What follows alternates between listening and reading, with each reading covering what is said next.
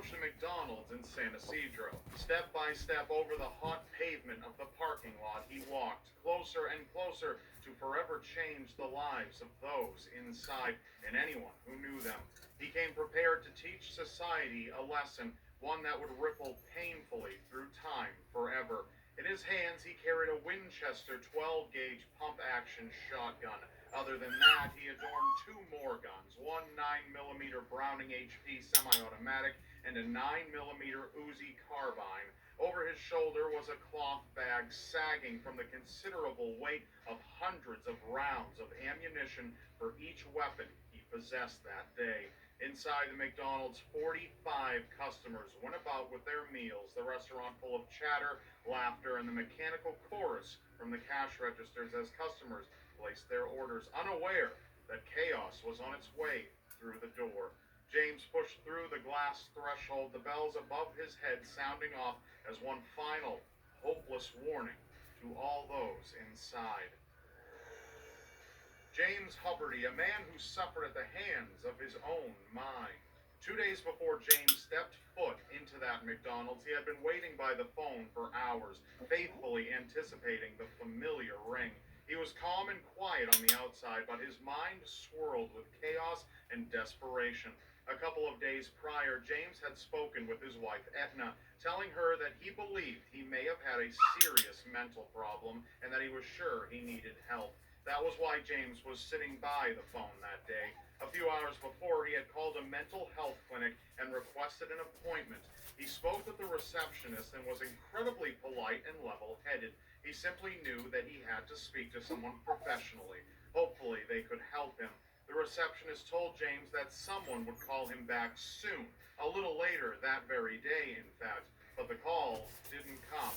James was left waiting by the phone, unmoving, for several hours, entirely unaware that not only did the receptionist misspell his name, but she also, due to James's politeness and calm demeanor, marked his situation as a non-crisis, which were typically handled within a 48-hour window of time, not same day, like she had told James it would be. James eventually couldn't wait any longer, so he stood up from the phone and walked out the door without saying a word. Etna heard his motorcycle fire up and drive off, its loud rumble trailing off into the distance. Where James went that day, no one knows, but Etna recalled that James returned home in a much better mood, far more content than he had been since he voiced his concern to her over his mental state.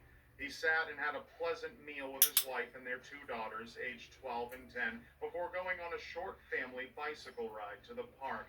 After returning home and putting the girls to bed, James and Etna sat down in the living room together and watched a movie. By the looks of it, James and Etna were a good couple with a loving family. Where it all went wrong may have been considered a mystery, but the truth of the matter was much darker than that. James was hardly a model father or even what could be considered a good man. James had a past that built a rather worrying profile. James was born on October 11th, 1942 in Ohio, where he spent a good portion of his life. When he was only a child, he was often cast out by the other children who would whisper amongst themselves about how James came from a broken home, a bad home, which was a foreign concept to the Amish and Mennonite children who occupied the majority of his school. James's parents had separated when he was only 7 years old, and James took it incredibly hard. Being surrounded by children who not only failed to understand but muttered about him behind his back made the situation all the more difficult. James was largely alienated and a loner who had no interest in the things other kids his age did, like sports. In fact, in seventh grade, he was the only boy in his class that didn't play on the school's football team, but he sure had an affinity for guns, even before the eighth grade. Fellow students recalled James having a rather short temper as well. While it didn't get him into trouble, he was quick to become furious if someone upset him. One particular moment that made him angry and upset happened when he was sitting alone in the classroom while his classmates all played football outside, something he did quite often. Getting into a minor altercation with his teacher rudely sneered at him, saying, "If you were a real man like all the other boys, you'd be out playing football." Throughout his later years in high school, things weren't that much different.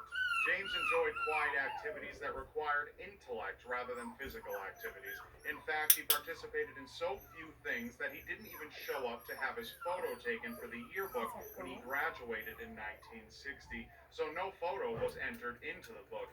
Around 20 years of age and free from the discomforts of school, James spent much of his time with Etna, who he married a short time later, before the two eventually moved in together and lived with James's father. But despite the fact that James didn't care much for school, he did have a passion that he knew he'd need to get an education to pursue. He wanted to be a funeral director, so he became a student of Malone College in Canton, Ohio, received a diploma from Pittsburgh Mortuary School, and got his first job as an apprentice embalmer, but never fulfilled his goal of becoming a funeral director because he failed to pay $15 in fees for his funeral director and embalmer's license. But one man named Don Williams, who James had done embalming for in the past, believed that James was never fit to be a funeral director at all. He would actively avoid working with others and prefer to be alone with the bodies in the embalming room, not out front working with families as a funeral director has to. So it's quite possible that James sabotaged his own goals due to his incessant need to be a loner. Just about anyone who knew James knew that there was something not quite right about him. A pastor that knew James from the church services he attended with Etna and her family described him as bitter against God, a man who had pent-up emotions but would sometimes have explosive displays of personality. Just talking to him made it abundantly clear that James was full of inner conflicts that were wound up tightly. Any job he held, his coworkers described him much the same, saying he was afraid, angry, and a bit paranoid a lot of the time. One of his old bosses noted that James was very displeased with the United States and often thought about leaving it behind. He was known to hold grudges and never let up on anyone who angered him until it was made right in James's eyes. One of his neighbors recalled his home life, often hearing him screaming in rage. He kept a large gun collection in his home and posted numerous no trespassing and beware of dog signs all around his property in a clear display of overkill to keep people away from him.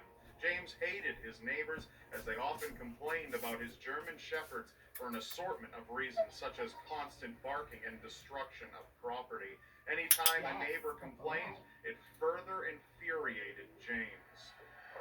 And then James and Etna had children. Their two daughters would often talk about witchcraft and Satan worship. They'd conduct seances together and brag to just about anyone about them, even their babysitter, claiming that spirits had told them vital information about family events, such as when they would finally move away from Ohio. Eventually, James's two daughters and two daughters of a neighboring family got into a fight. James didn't like this, not one bit. He told the parents of the two girls that he'd get even for the altercation. It was about 2 weeks later when he did something very much out of character. He invited some of the neighborhood kids over for Cracker Jacks. The children came, one of which was one of the girls from the fight. James noticed her approach and excused himself to step inside his house. The door flew open and out came his daughter, Bobby, who marched right up to the girl and punched her hard in the eye. A clear setup so that James's daughter could get even. The girl's father, needless to say, was rather upset and questioned James as to why he would have set up that fight. James told the man he always paid his debts, good or bad, and that it was only a matter of time before he got even with the rest of the kids. Over 2 whole months later, James was still fuming for revenge, and so he sent his daughter Bobby to hide in some bushes by the road while he watched. Bobby waited there as the neighbor's daughter walked down the sidewalk. Once close enough, Bobby pounced from the bushes and struck the girl. Etna wasn't a positive influence on her children either. Etna once told their other daughter, Zelia, to physically assault one of her classmates, which sparked a dispute between herself and the child's mother, which led to Etna threatening to shoot the woman dead with a 9mm pistol. Police were called, Etna was arrested, but police didn't confiscate the weapon. On top of being a loner and having a family that resorted to violent resolutions, James found it very difficult to maintain employment. There was another common sign of a potential mass murderer in the making: constant and repeated failure and a lack of ability to fit in. While these things alone don't mark a killer, another alarming sign came to light from a former co-worker of James's. When James had money problems, he started to blame the government. It was no secret that he didn't enjoy the United States, but this was different. This was more unstable. He believed that President Ronald Reagan himself was conspiring against him, and even went so far as to write a letter to apply for residency in Mexico. And in January of 1984, feeling that Ohio no longer had anything left to offer him, he and his family moved to Tijuana, Mexico, but only remained there for a short time before they returned to the United States, this time settling in San Ysidro, a community of San Diego, California. James applied for a new job once there as a security guard. The first company turned him down outright due to an obvious attitude problem. But James got a job as a security guard with a different company shortly after. But unsurprisingly, that job didn't work out either, and he was fired. Some sources claim that after this most recent failure, James attempted to kill himself, but Etna stopped him, something Etna would later claim she regrets doing. This was around the time that James had finally figured out that there may have been something wrong with his brain. But after the clinic failed to call him back, James just took that as the one final blow. He wouldn't allow himself to be screwed over again. He even confided in Etna, telling her that society had their chance and that he now had to take matters into his own hands. Before leaving for McDonald's that fateful day, he told his daughters and wife goodbye, giving his wife a kiss before he went to leave, something she found unusual as he wasn't normally affectionate like that. She asked where he was going. He stopped in the doorway and looked back at her a little. "Hunting humans," he said, and that was it. Very soon after, James pushed his way into the McDonald's in San Ysidro and aimed a shotgun at one of the workers there, a 16-year-old boy. He pulled the trigger, but nothing happened. Shockingly, the worker thought it was simply a very bad joke someone was playing on him. James checked his gun and successfully fired it into the ceiling. At that moment, stunned and deafened by the blast, the restaurant erupted into panic. James withdrew his Uzi and shot two workers and demanded everyone to get on the ground, claiming that he had killed many and would be killing many more. One man named Victor Rivera, who was only 25 years old at the time, attempted to calm James down and keep him from shooting anyone else, but no one could tell James what to do anymore. This was about revenge, revenge against the society that had abandoned and conspired against him. These people had to pay so that his voice could truly be taken seriously. So he shot Victor Rivera 14 times while he screamed helplessly from the floor. Little did anyone know the nightmare was only beginning. As customers sobbed uncontrollably and did their best to hide, James came upon a group of women and children all grouped together, pleading for their lives. He filled them with rounds from his Uzi and shotgun, killing most of them right there. One pregnant woman being shot 48 times with the Uzi. The woman had another child, a son who was only 8 months old, beside her. The baby cried loudly, and without a shred of compassion or mercy in his heart, James took his 9mm pistol and shot the infant in the center of the back, killing him instantly. He continued firing at people, looking to kill as many as he could, specifically those being shielded by their families and loved ones. Three 11-year-old boys, having no idea what was going on inside, rode their bikes to McDonald's to get some drinks. James opened fire on the boys from inside, striking all three of them. Of the three boys, two died, David Delgado and Omar Hernandez.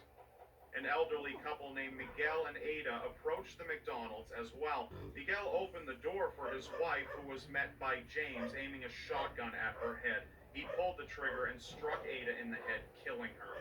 Miguel collapsed and cradled his wife's body, wiping blood from her face, cursing James. James walked up to Miguel and executed him with a single shot to the head. Police by this time had been contacted numerous times, however, dispatchers sent them to the wrong McDonald's. Police eventually did arrive at the correct location and set up a command post, but didn't know how many shooters were inside due to the fact that James was using different guns. A SWAT sniper took a position on top of a post office building that had been next door and searched for James and for a clear shot to take him out while he continued on his rampage.